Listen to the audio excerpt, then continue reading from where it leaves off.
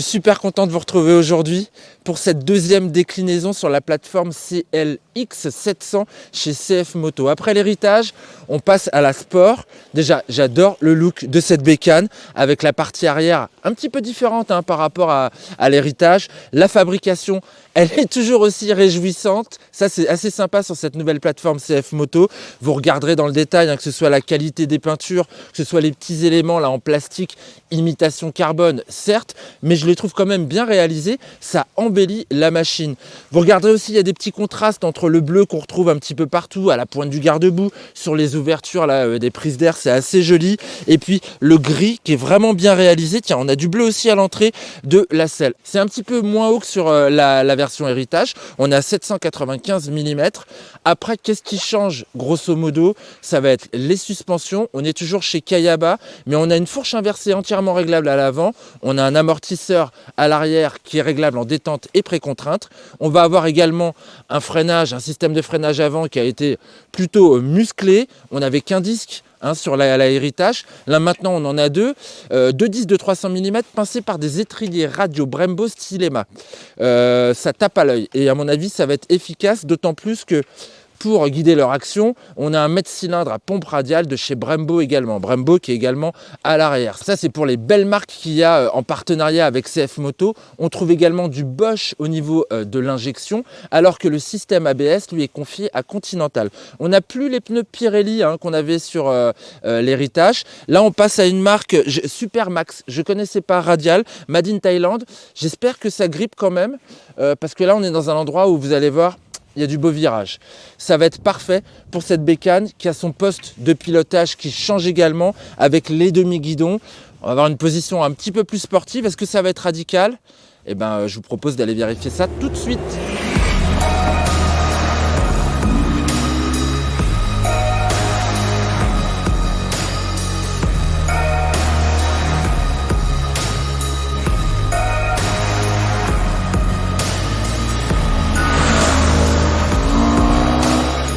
Elle est mimi, enfin moi je la trouve belle, je sais, c'est pas objectif, pour une fois je vous donne mon avis, mais je la trouve vraiment mignonne et je la trouve amusante. Tiens, j'ai envie de commencer par le comportement dynamique, une fois n'est pas coutume, pour vous parler de cette agilité. Regardez, hop, changement rapide, allez, ça change tout seul, c'est très bien posé sur le pavé, elle a de bonnes suspensions, cette CLX 700 Sport.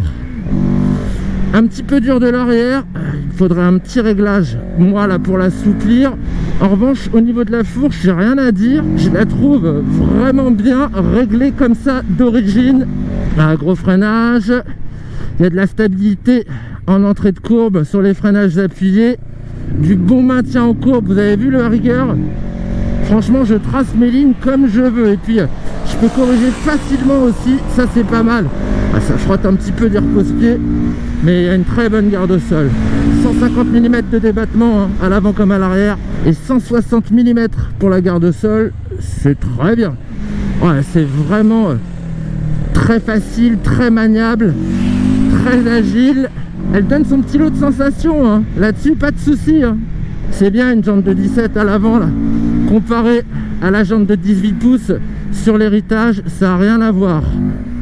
C'est assez vif sur les changements rapides et pas à l'extrême en fait, il y a de la sérénité dans ce train avant. Ouais, puis ce qui est sympa dans le feu de l'action aussi, c'est son petit moteur bien volontaire. Toujours pareil, faut pas trop l'embêter sous les 3500 tours. Ça c'est pas son domaine de prédilection. Lui il se réveille vraiment vers 4000. Et alors vers 6000 tours, il y a un espèce de coup de pied au cul qui s'installe, qui est vraiment pas pour me déplaire. Ah, et puis la petite sonorité qui va bien. C'est marrant, on perçoit plus trop les pulsations Made in Kawasaki, parce que Swin, en fait à la base, c'est un 650 Kawa de R6 qui a été réalisé pour aujourd'hui cuber 693 cm3. Il a une puissance qui n'est pas d'outre-tombe, il y a du couple. Ce petit berlingot, il vibre un petit peu sur toute sa plage, mais c'est pas de la vibration néfaste, c'est de la pulsation assez agréable. Non, franchement, sincèrement, On n'a pas du tout le fessier ni les mains qui fourmillent. Ça participe, je trouve, à son petit caractère. Un moulin avec lequel on peut aller flirter avec les 200 km/h sur les autoroutes allemandes. Quant à sa consommation, elle se situe aux alentours des 5 litres 4 là sur mon essai. Allez, c'est reparti. J'aime bien aussi, il y a un petit côté on-off à la poignée, notamment quand on est sur le mode sport.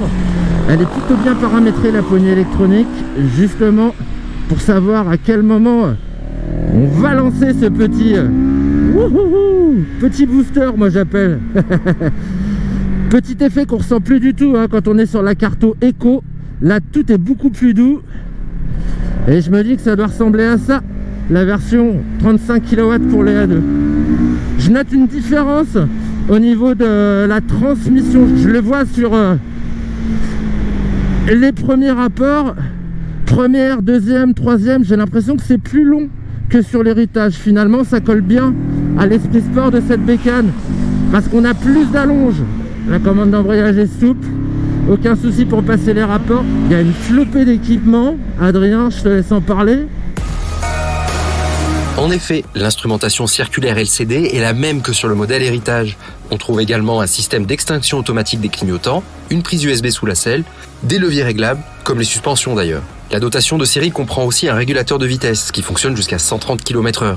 Et oui Mehdi, dans les équipements, il y a aussi les étriers radio Brembo. Alors, ça donne quoi ? Alors ça freine, maman que ça freine, ces stylémas. Est-ce que c'est surdimensionné ? Ben non, jamais. Qui peut le plus, peut le moins, comme dirait l'autre.